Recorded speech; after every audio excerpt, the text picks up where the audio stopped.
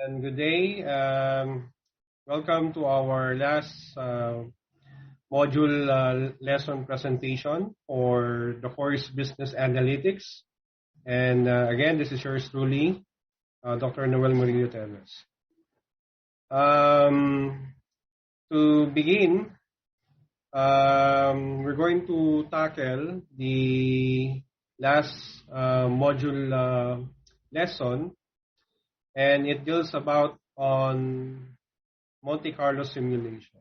So the Monte Carlo simulation is a good example of a predictive analytic procedure. Later, we're going to express the different concepts surrounding with regards to Monte Carlo simulation. And again, I will be providing you the data files in order for us to do the Monte Carlo simulation. Now, the good thing about Monte Carlo simulation is that we can use our Excel. There are no other third-party programs that we're going to use to conduct simulations. More likely in Module 6, we're going to understand that there are different simulation techniques in order for us to understand the very aspect of Excel simulations. And for today's agenda or objectives, again, students should be able to understand the use and the application of the Monte Carlo simulation. All right, so let's begin by introducing the module topic. So when we say Monte Carlo simulation, it is a simulation method that uses repeated random sampling to represent uncertainty in a model representing a real system, and that computes the values of model outputs. Here, simulation models had been successfully used in a variety of disciplines in terms of financial, marketing, management, and applications, and many applications. We use simulations for financial application, which includes investment, planning, project selection, and option pricing. So you see the significance of simulation models for financial application. Furthermore, simulation models under marketing applications include product development and the timing of market entry for a product. And lastly, the use of simulation models for management applications include the aspect of project management, inventory ordering, in terms of capacity planning, and of course, revenue management. Now, the term Monte Carlo simulation comes from the computer simulation performed during the 1930s and 1940s, where they estimate the probability that the chain reaction needed for an atom bomb to detonate would work successfully.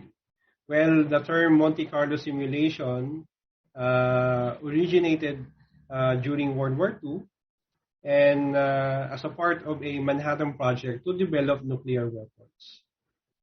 Another fact, the physicists involved in the work were big fans of gambling. So they gave the simulation the code name Monte Carlo and was selected as the code name for the classified method in reference to the famous Monte Carlo Casino in Monaco. Now, you're going to wonder who uses Monte Carlo simulation. So I'm referring to different companies that uses Monte Carlo simulation. As I mentioned a while ago, the simulation models were being used by different industry in terms of financial, marketing, and management.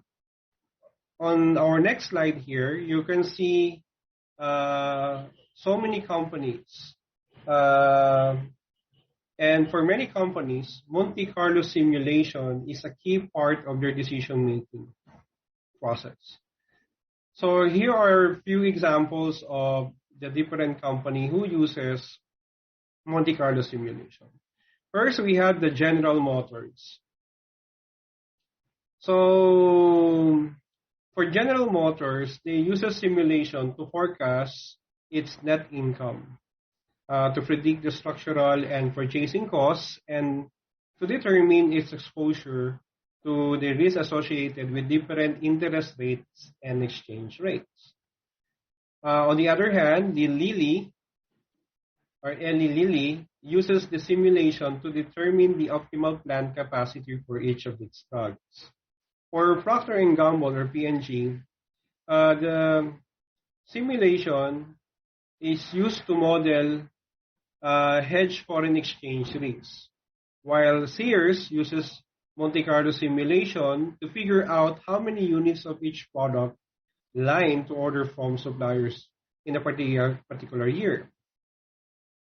Now, as I mentioned, there are also industries like in the oil and drug industry uses simulation to value real options, such as the value of an option to, let's say, to expand, contract, or postpone a project.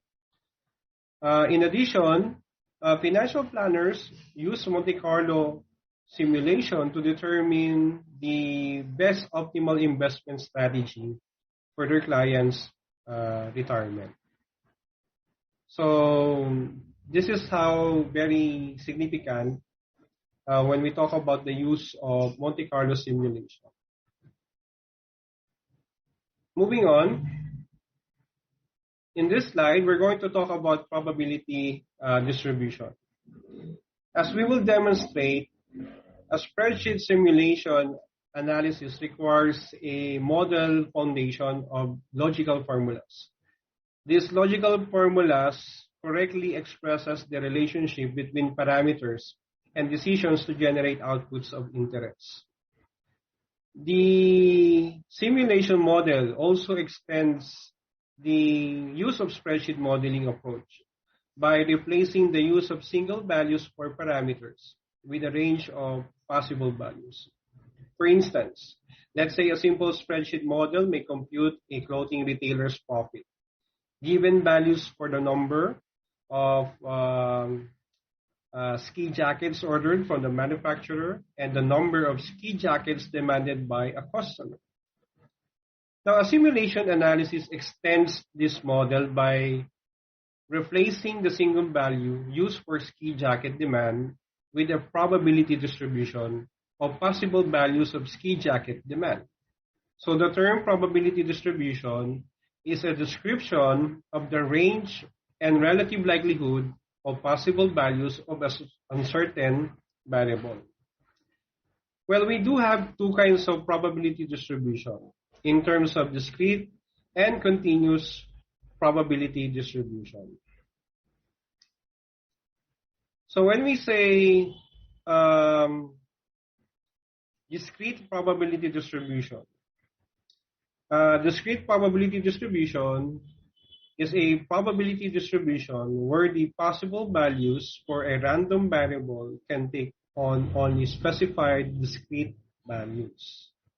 On the other hand, when we say continuous probability distribution, as compared to its discrete probability distribution, the distribution probability is considered the possible values for a given random variable that can take at any value between two specified values. Here, the specified values can include whether if it's a negative or a positive infinity.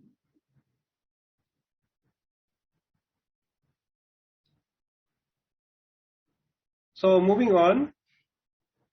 Now, in a probability distribution, parameters that are not known with a high degree of certainty are called random or Otherwise, we other call it as uncertain variables, or often refer to it as uncertain variables.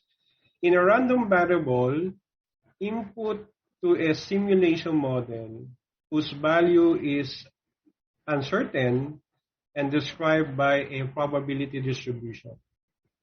Here, the values for random variables are randomly generated from the specified probability distribution.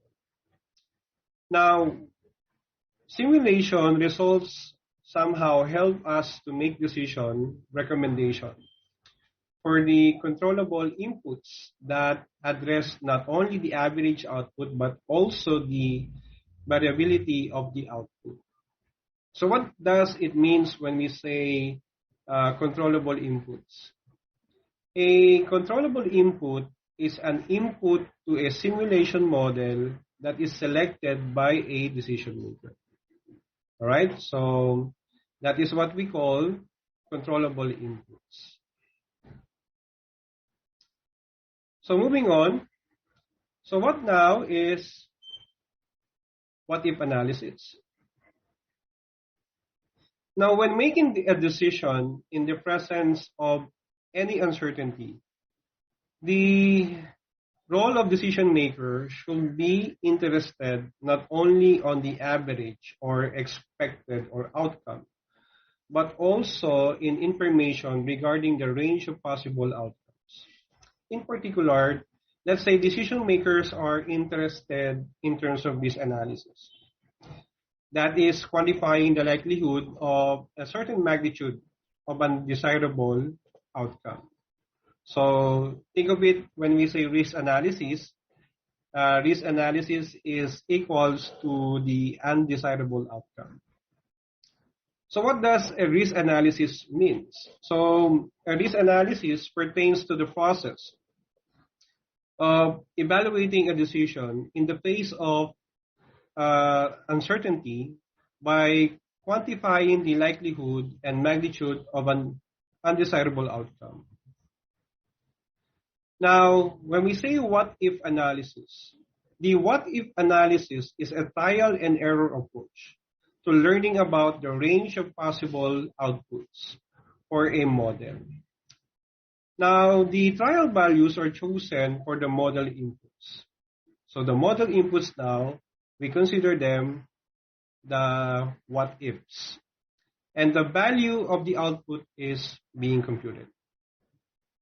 Now, in this section of the what if analysis, we're going to describe the following risk analysis or the what if analysis in terms of the best case scenario, the worst case scenario, and the base case scenario. So first, let us understand what does the base case scenario is. So on our next slide, this explains what is the best case scenario. In the best case scenario, we determine the output and assume that most likely all values for the random variables of a certain model. Now, unlike with worst case scenario, in a worst case scenario, we determine the output and then assume the worst values that can be expected for the random variables of a certain model. Now, for the best case scenario, here we determine the output and assume the best values that can be expected for the random variables of a model. So later, or probably by our next synchronous session, I'm about to teach you on how to simulate Monte Carlo simulations and address the aspect of best case, the worst case, and the base case scenario. I'm going to explain you to our simulation, so in our Excel simulation. All right, so when we conduct simulations, of course, there are also some considerations. And an important aspect of any simulation study involves confirming that the simulation model is somehow very accurate, which describes the real system. Remember that in a simulation is a method for learning about the real system in which we tend to experiment with the use of a model that represents that particular system. Of course, there are some reasons why simulation is frequently used. And we can say that it is being used for a wide variety of practical problems, to solve practical problems. And the simulation approach is relatively easy, in which we can explain and understand. Where, let's say, as a result of simulation process, management is somehow may tend to become confident and will accept the result more easily.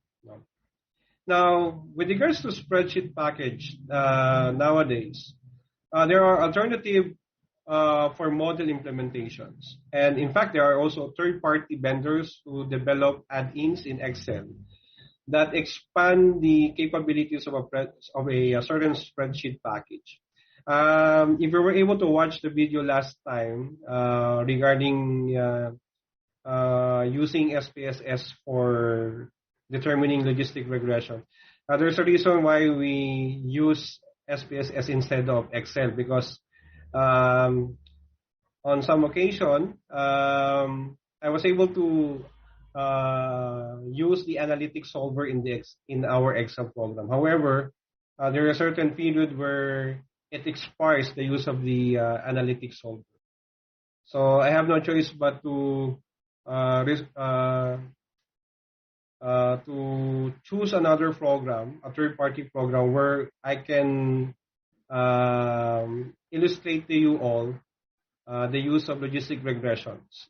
And luckily, since I have a third-party program like IBM SPSS, in computing logistic regression somehow, it's very easy to conduct and compute analysis in terms of logistic regression.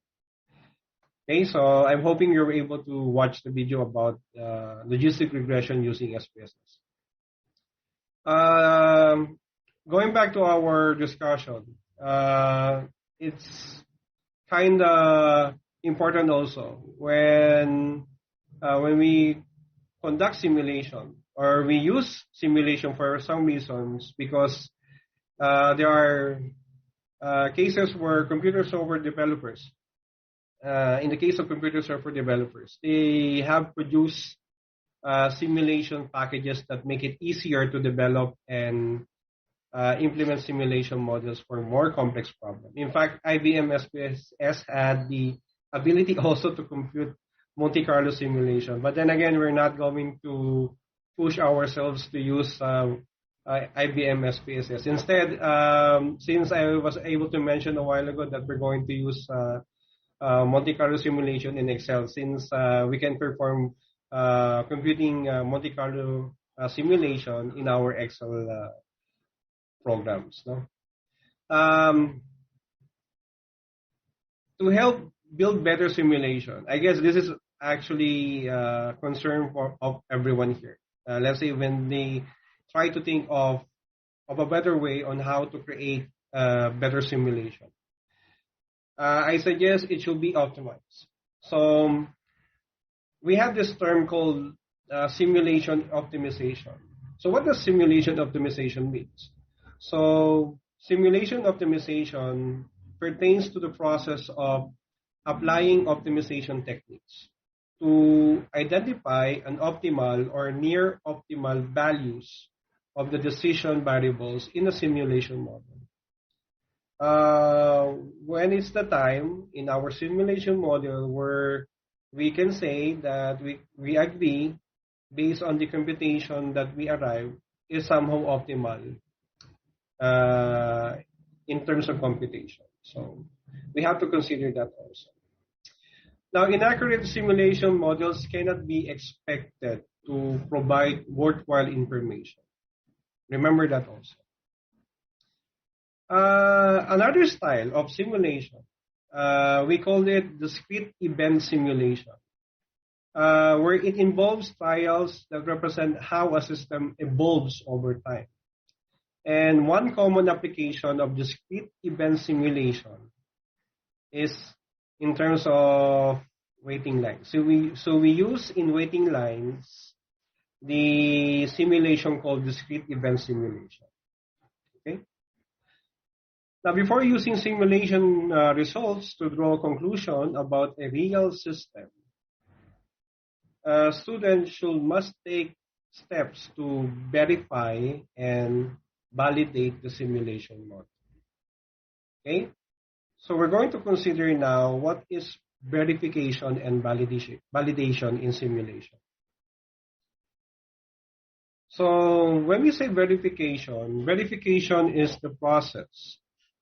No, it is a process under simulation where we determine that a computer program implements a simulation model that it is intended. In the verification, debugging task is somehow very complex, no? A complex task where we make sure that no errors are in the computer procedure that implements the simulation. Of course, in some cases, a data analyst or a data engineer may compare computer results for a limited number of events with independent hand calculations. While in other cases, a test may be performed to verify the random variables are being generated correctly, and that the output from the simulation model seems reasonable. I believe when we talk about verification, verification step is not complete until the user, remember, until the user develops a high degree of confidence that the computer procedure is error-free. So those are the conditions. So after verification, then we proceed to validation. Well, of course, validation is a process of determining that a simulation model provides an accurate representation of a real system. Here, validation requires an agreement among analysts and managers that the logic and the assumption used in the design of the simulation model is very accurate. And this accurate somehow would reflect how the system or the real system will operate. The first phase of the validation process is done prior to or in conjunction with the development of the computer procedure or simulation processes. Now, validation continues now after the computer program has been developed with the analysts reviewing the simulation output, and in order to see whether the simulation result closely approximate the performance of a particular real system. Now, there could be possibility that the output of the simulation model is compared to the output of an existing system. So again, there are possibilities that the output of a simulation model is somehow we tend to compare it to the output of an existing real system. In order to make sure that the simulation output closely approximates the performance of a given real system. If this form of validation is, let's say, not possible, then an analyst can experiment with the simulation model and have one or more individuals experience with the operations of the real system review and the simulation output, where we determine whether if it's, let's say, it is a reasonable approximation of what will be obtained with the real system under similar conditions. So it's like more of contrasting and comparing both the simulation model output and the real system considerations. All right, so Of course, when we talk about verification and validation in terms of simulations, there are tasks that need to be taken lightly. Also, there are key steps in any simulation study and are necessary to ensure that decisions and conclusions are actually based on the simulation results, which are appropriate for the real system. So, to summarize everything that we learned so far, this module dealt about the use of Monte Carlo simulation and its application. And the following major points were somehow discussed appropriately as to defining what is Monte Carlo simulation and its application and uses. We also discussed the aspect of probability distribution and their kinds, and there are two kinds in terms of discrete and continuous probability distribution. We also discussed what is random variable and the aspect of what if analysis in terms of base case scenarios, the worst case scenarios, and the best case scenarios. We also understand the role of verification and validation in terms of simulation considerations. All right, so again, students, thank you all for attending today's module presentation. And by next synchronous session, we're going to